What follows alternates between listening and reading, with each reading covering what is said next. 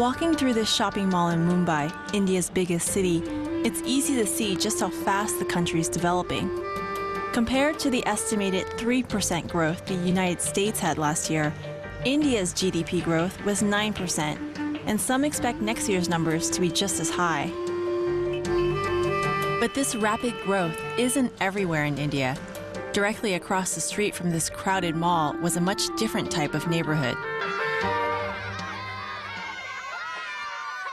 And on this side of the street, we saw all of these kind of set up shacks where people basically live.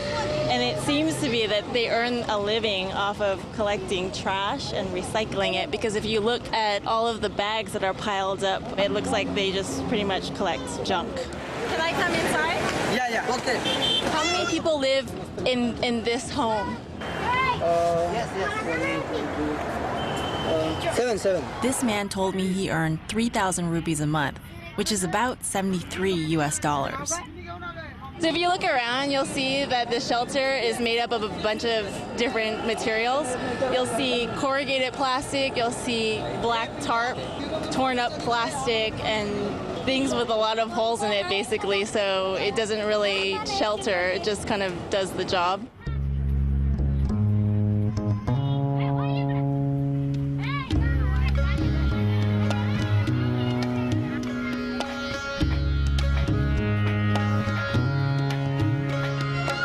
If you look just across the way, across the water here, people seem to have set up permanent housing, and you'll see that the piles of trash are much larger. But the ironic thing about this entire community is that it's right at the foot of a giant high-rise apartment building, and you can see more high-rises not too far away in the distance. One of Mumbai's biggest industries is called Bollywood, India's film business. Its movies are seen all over the developing world, and it creates a glamorous social life for Mumbai. One of Bollywood's biggest stars is Rahul Bose. He also does humanitarian work and speaks out about social awareness. The most important thing to remember is that there is no one India. The social tension, the economic disparities, and the cultural division has never been greater in our history.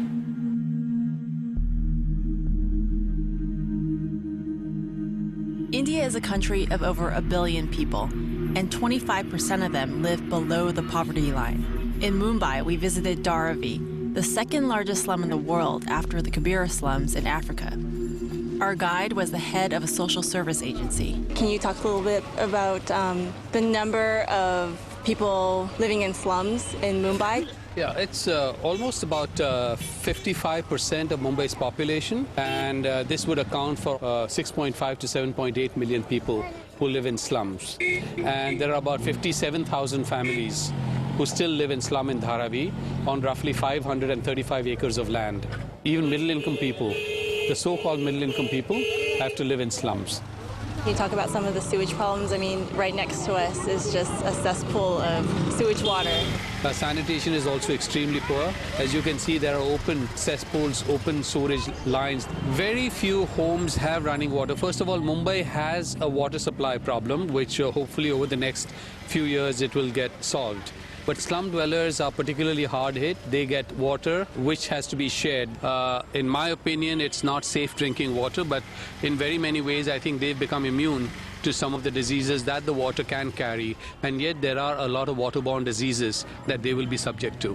When people think of slums, they don't really think of business, economy, or any type of income generation or way to make a living, but that's not the case here, is it? No, in fact, when you go around, you'll find there's a tremendously thriving economy in Dharavi. They're generating in the region of almost about $700 million worth of economy in Dharavi.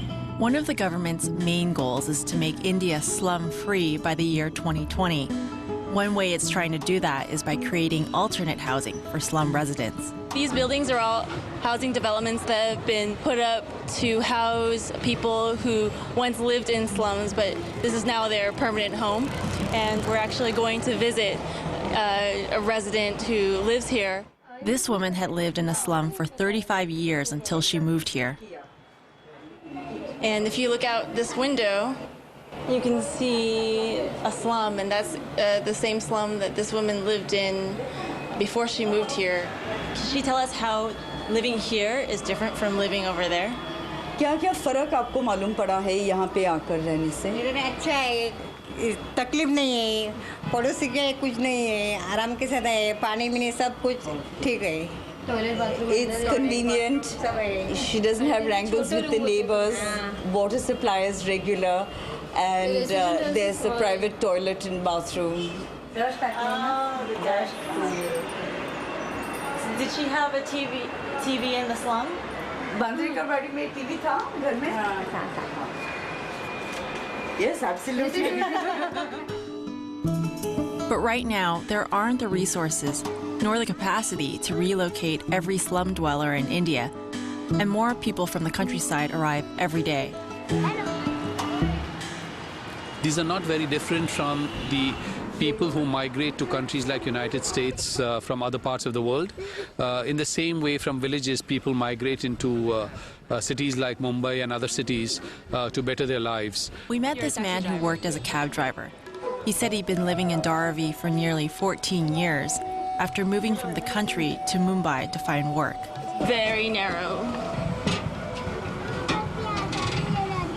So this is where you live? Yeah, this is my room. I'm staying here. Oh, so your father sleeps here and you sleep here? I sleep here. My brother also sleep here. Oh, so three of you sleep in this one room. Where do you cook? Yeah, I'm cooking here. Look. Oh, so that is your kitchen, your stove? Yeah. My kitchen, my stove, my bathroom. Where do you get your water? Water. Yeah, pipeline. Water pipeline also have here. Look. Where is your wife? Where does she stay? My wife is not here. My wife is in my village. Yeah, lots of people are out of Mumbai came here to make any jobs, just like taxi driving, and lots of jobs have here. Do you like life here better than you liked life in the country?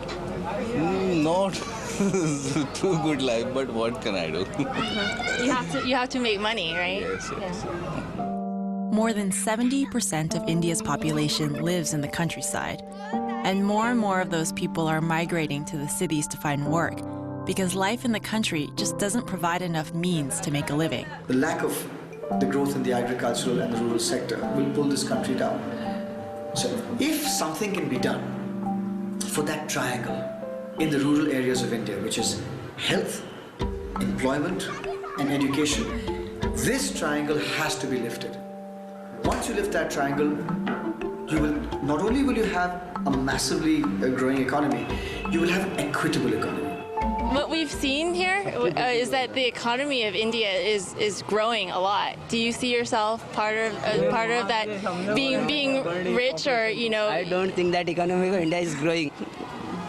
Because why? because most of the poor people stay here only. Here population is very high. Do you think that most people who are poor in India are going to stay poor? Yeah, because there's not any job opportunity for them. Rich people going to become richer, and poor will become more poor. Will India be able to sustain its rapid growth despite the growing gap between rich and poor? And what responsibility does India's wealthy class have in lifting those left behind? India has come to that global party. And the real character of this country will be when they say, hang on a second, but I have to leave the party early today. I'll see you tomorrow because I have 600 million people to feed back home. And when you do that, and the other guests at the party say, oh, he left early. Normally everybody doesn't dare leave here till midnight, but this guy's left 9 o'clock. He's going back to feed 600 million people. It's a pretty cool thing to do. Maybe we should all do that.